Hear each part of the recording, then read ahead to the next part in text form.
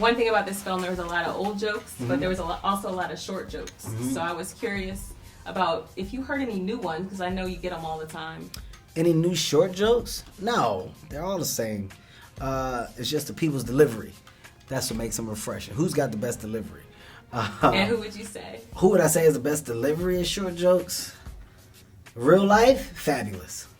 The rapper Fabolous. Fab hits me with some good ones every once in a while. On the set, though. On the set, Alan. Alan, just because his were written, you know, they were written short jokes, but the way that he brought them across was definitely it had a sense of originality to it, and it was believable. And our rapport, our chemistry going back and forth on set was fun. So, Alan, I'll give him the best ones. Now, you two were probably the funniest in the movie. I was curious if you ever felt any kind of jealousy over who got the best raunchy lines, because you know he was always talking about Snapper. No. It was all character based. You know, his character was somewhat of a dirty old man, and I was just a fast talking hustler, con artist to a certain degree. But we were still two men that would say anything at any time, and I think that's why our characters butted heads, and that's what made it funny though. You know, it gave it that balance. Right. Now, speaking of being a fast-talking con artist, now you're playing a fight promoter in this. Was there anybody that maybe influenced it, or did you do any research for that? Don King, by far. Watching what he did and just going back and researching some old YouTube videos. Just, you know, he was a promoter, man. It didn't matter. He wasn't a fan of the fighters, or he didn't really care who won or this and that. It was backing who he needed to back to make the fight come off better and sell tickets. And that's the same thing I did. You know, I did a lot of crossing and double crossing, back to crossing, from backing Sylvester Stallone to then telling Bobby I would never go talk to him. It's all about you. Just to get them guys to believe what I needed them to believe, to put them in a situation where they wanted to do the fight. I love it how you call Robert De Niro Bobby. And I know you guys have worked together in the past.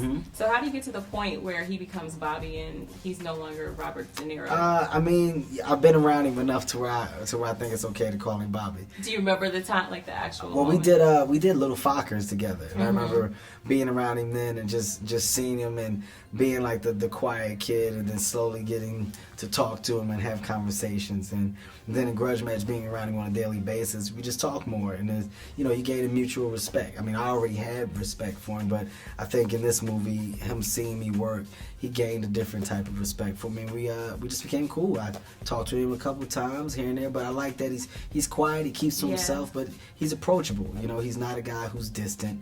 He's not a guy that you feel scared to go and talk to. You know, he was very, very, very cool, and his stories were even better. Okay. Now, one thing about this film, it does have a little shady side. The grudge is really over a woman.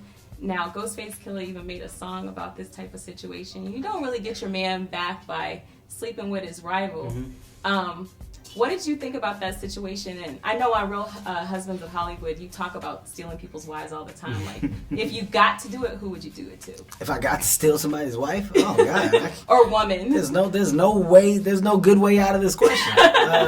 I can't answer stealing somebody's wife or who would it be. I can just say, I can give you something on the first part of it. Whereas, you know, as a female, if a female's way to get back at a man is to go sleep with a guy who he hates, or, you know, who he doesn't get along with, you know, that's not a way to get back at your man. It's a way to lose your man for good. And I think in this movie, an example of it is, you know, 30 years passed before this man said anything to her, and before he even got answers about what happened, because he was that mad about it. So, you know, you just take the chance of losing somebody that's important for quite some time. I wouldn't sleep with nobody's wife. I don't want nobody's wife, for the record. All my friends, your wife are safe. So. I'm surprised you didn't say Beyonce, because oh, hell no. We've seen that footage where you freak out over Beyonce. I was being silly. We're friends. Jay is one of my closest friends. It was just me being an asshole. Have you listened to the new album yet? No, I haven't. It just came out like a day ago, right? Yeah. Is it good? You like it? Yeah, it's great. It's great? Great. I gotta listen to it now. You just sold it. You guys are gonna love Drunken Love, you and Nikki. Really? You know, make it's good? some babies to that one. That's what we're gonna make babies to. Just put that out there. Just heard it here. Another baby on the way, guys. I don't know what to say. Get out of here for that rub off.